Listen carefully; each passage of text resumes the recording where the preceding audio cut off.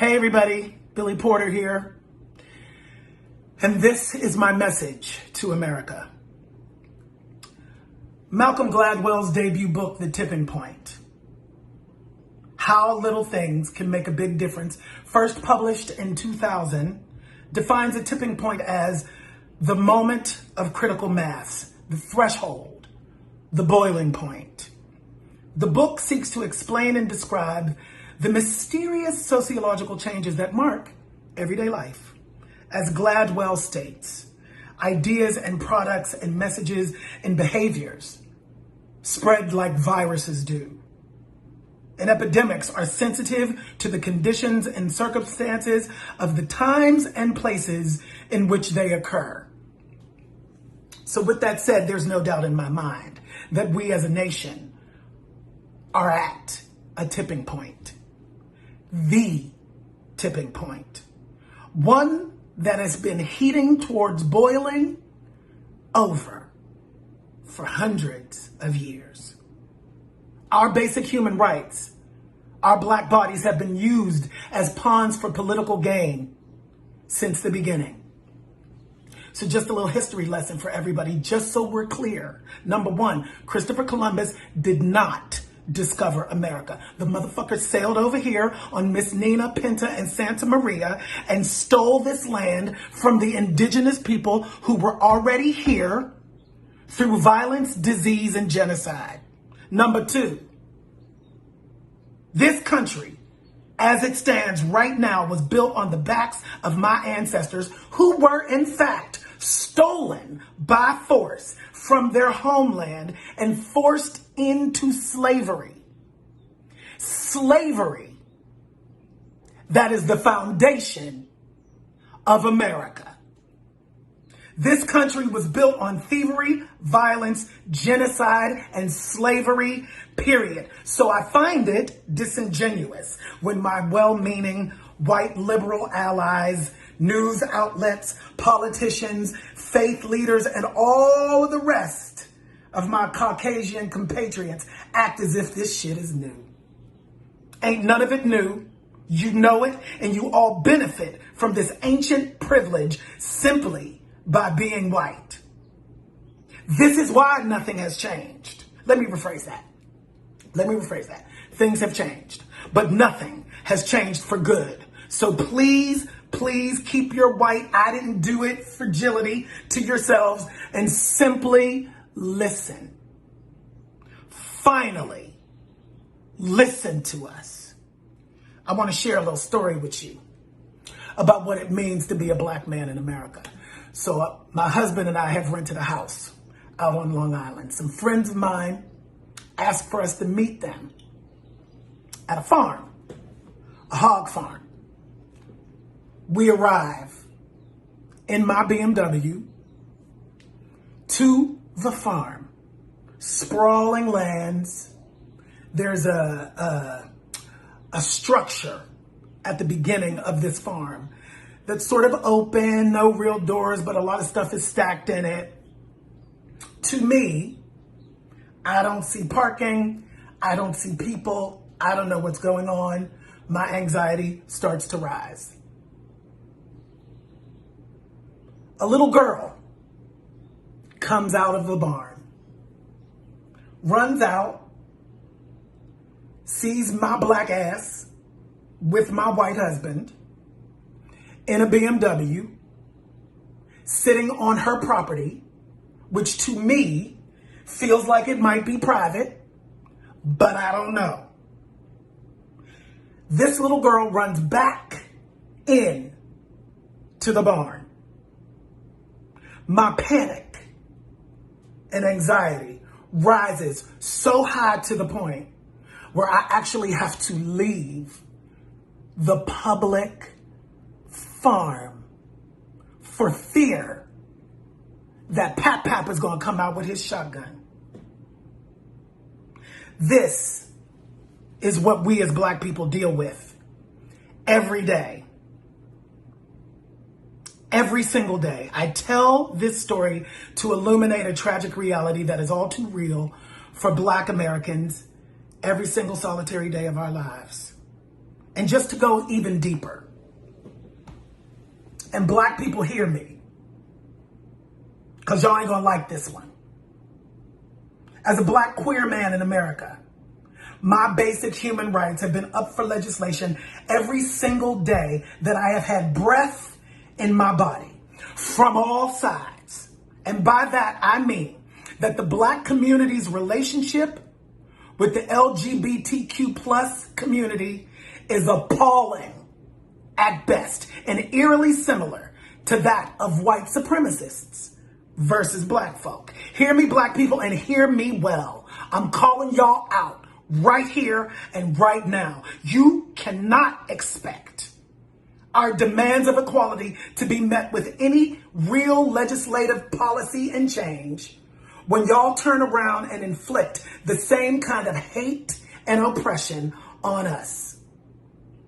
The tragic reality here is that black, trans, as well as gender non-conforming women and men are being killed in the United States by cis black men to such a degree that it is nearly the worst emergency for trans women on the planet. The murders of black trans women by black men since 2016 have helped drive the most violent period for LGBTQ plus people on record. Just this past week, during the riots, during the peaceful protests, Ayanna Dior was brutally beaten by a gang of black men while trying to peacefully protest for our rights. LGBTQ plus black folks are black people too. Our lives matter too. So this is my response to those of y'all who don't understand that. Fuck you. And yes, I am cussing. It's time for cussing. Y'all, this conversation is not about tolerance. This conversation is not about acceptance. It's about a demand for the respect for our humanity. Like we respect everybody else's, because none of us are free till we all are free. So to my homophobic and transphobic brothers and sisters, get your fucking houses in order. But I digress. As black people, we risk our lives every time we leave our homes. As queer people of color, that risk is doubled. We move about our days, sucking it up, hiding our pain and terror from the world, trying to make ourselves small so white people and straight people feel comfortable. Our parents try to prepare us for the realities of this world. The fact that the playing field is not level. The laws that protect white people do not do the same for us. And that we have to be at least 10 times better at anything we choose to do in life to simply get in the rooms where things happen. We had a black president. We thought we won something. We were 8 years in power. Or so we thought. I don't know if we got bored. We got complacent. I don't know. But for hundreds of years, generations after generations, we have fought. Our ancestors have fought for us. Our families fought and marched and boycotted peacefully for the right to walk around this earth like we have the right to be here. Because we do. It enrages me that after nearly 400 years of the same hate, the same oppression, the same inequities, we, the black people, have to continue to be forced to educate our white allies as to what white privilege is and how they benefit from this destructive, imbalanced, systematic, American race-based infrastructure. Please understand that what's going on in this country right now is not new. And white folks are mad.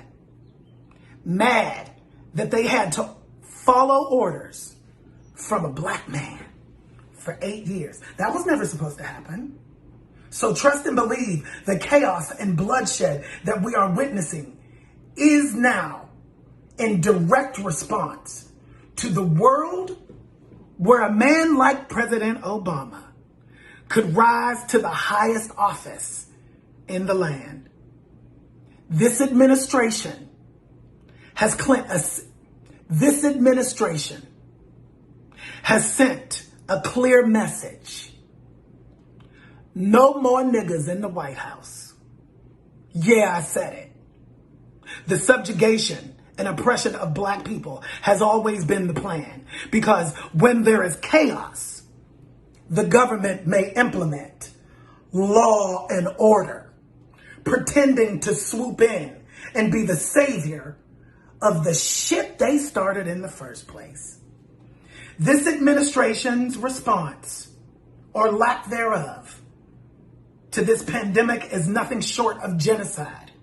And for those of you who may not know the definition of genocide, let me break it down for you.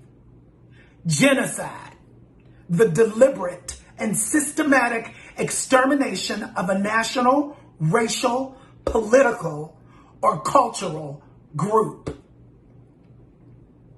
So here we are, America, at the tipping point. And we have some tough decisions to make come November. And yes, I am politicizing this moment. It is political. It's always, for us, political. For if it's not political, what is it? I do not condone violence in any form. I do not condone anarchist culture that uses our trauma for their material gain. But as we see the horrendous truths unfold before our very eyes, whether in the form of a liberal, I'm not a racist white woman who, because she didn't like being reminded by a black man of the law that she was breaking in Central Park, immediately wielded her white woman privilege by calling 911 and lying, saying a black man was threatening her life. Or in the form of a police officer with his knee on the neck of George Floyd for 8+ minutes, nonchalant, being filmed from multiple angles, hands in pockets, with 3 other officers co-signing on this cold-blooded, premeditated murder. It's murder. Whether it's these specific violations or the buildup of centuries of unchecked, institutionalized racist oppression, the result is what we see before us. The American democratic experiment is failing. We are not, nor have we ever been, better than this. We have tried. Progress has been made. But as we can see, centuries of progress can be rolled back and snuffed out by white men who fear they are losing their power. And when white men get scared, wars happen. Let me say that again. When white men fear losing their power, they will stop at nothing to keep it, including blowing up the entire world. And with 40 million people on unemployment and over 100,000 dead from a plague, and civil unrest in the streets of America that has reached the tipping point, I ask you this one simple question. Are you better off than you were before? Y'all remember that question from the Reagan years? Are you better off than you were before. So, we have two clear choices in November. Vote this motherfucker and all his cronies out of office, reset, and begin the American democratic experiment again at zero, or not. In November, this election is the most important that we've ever seen in our lifetime.